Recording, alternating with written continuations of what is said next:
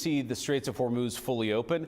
And this is frankly one of the things where the Iranians tried to move the goalposts during the negotiation. We made very clear that that's unacceptable.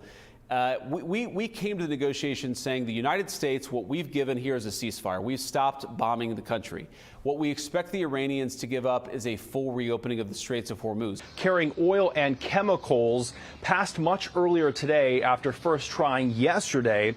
And Kepler reports 3 other oil tankers reportedly crossed today. One had a Panama flag, one had a Guyana flag, and one had a Cook's Island flag. Now, this tracks with what the president and CENTCOM have been saying, that the entire Persian Gulf is not blocked.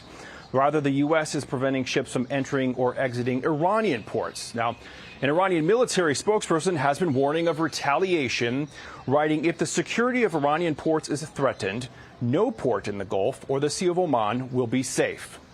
Now, the latest report from the International Energy Agency says continued attacks on the energy infrastructure here in the Middle East and ongoing restrictions to tanker movements throughout the Strait of Hormuz has led to the largest fuel disruption in history.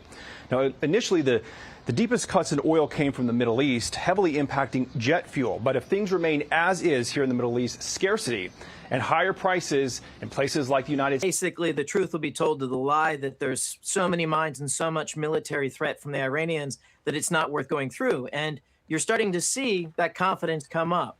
As far as the Iranians mining the Straits of Hormuz, they on their own admission said that they did about a dozen or so mines in international waters. Again, this is against international law, violates the Geneva and Hague Conventions, so war crime that they just admitted to.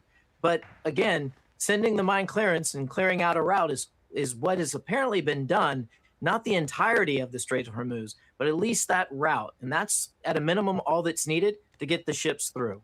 I do think that we acquired some knowledge about how the Iranians are negotiating, and this is ultimately why we left Pakistan, because what we figured out is that they were unable, I think the team that was there was unable to cut a deal, and they had to go back to Tehran. I really think the ball is in the Iranian court because we put a lot on the table.